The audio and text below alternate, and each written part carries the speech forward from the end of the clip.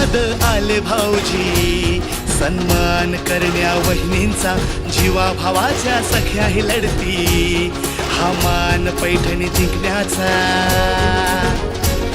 विसरून घरच्या चिंता, आनंद घेऊया हसण्याचा, ऐकून नवीन उखाणे, गोडवा वाढवू नात्यांचा, धमाल मस्ती नाच गाण्यांचा, हा सोहळा सजला मैत्रिणींचा,